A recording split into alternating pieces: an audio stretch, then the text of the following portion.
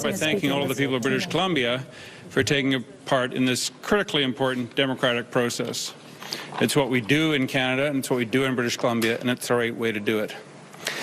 This has been a campaign like no other in the midst of a global pandemic. We had to learn new ways of campaigning and new ways of reaching out to the voters of British Columbia.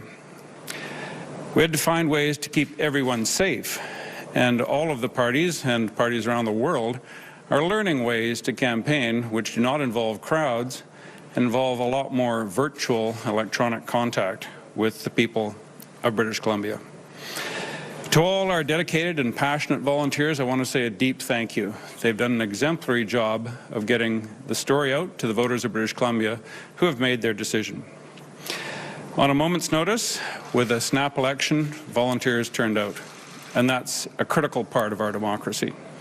And we, of course, have to encourage people to continue to do so, even with all of the COVID epidemic obligations, to put safety first.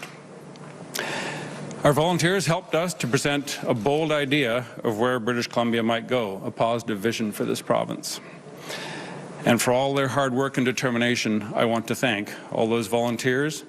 For the people who put their names forward for all parties as candidates, we have to thank them, because it is critically important for our democracy that people are prepared to engage fully in the democratic process, including standing as candidates. To all of the British Columbians who voted, thank you. It's critical to who we are as a society that people get out and vote, and they have done so, whether it was in an advance poll, whether from a telephone, from a long-term care facility, whether by post, or whether in the full election day today. The function of our democracy depends upon full voter engagement, and that is what British Columbians did. We should all be proud of each other for standing by that core function of our democracy. As the results stand tonight, the NDP are clearly ahead, and it appears they will have the opportunity to form government.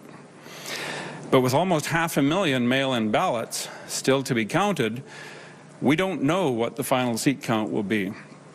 And we owe it to every voter, no matter how they expressed their intention, to await the final results.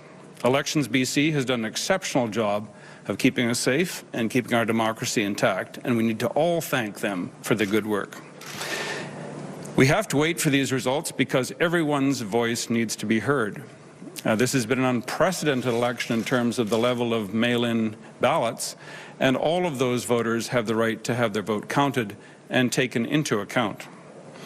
There are a lot of hard-working people at Elections BC, and there will be many, many volunteers putting in many hours over the next 3 weeks to make sure that every vote is in fact tabulated, counted, and heard.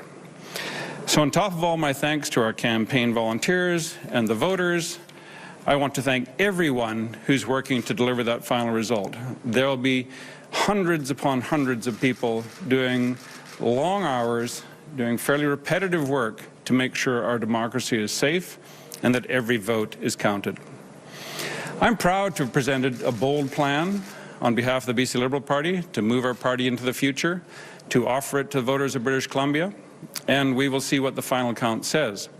Many people in this province support our vision across BC, and I want to thank them for their support of our party and for their commitment to the democratic process and to the ideas that we put forward in this election.